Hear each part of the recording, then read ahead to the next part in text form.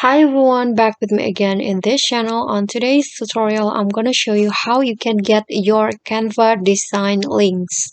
So if you done your design on Canva and you want to share it, you don't need to share this link. So what you need to share is click on the share button, and then here there is an option to copy link, but before that you can also change the access into anyone with the link, only the one in your team or only you can access. For example, I want to change it into anyone with the link, and after that you can also choose the role can view, comment or edit, and after that click on copy link, and then just like that, you can share the design links in other social media like email, WhatsApp, or any other social media.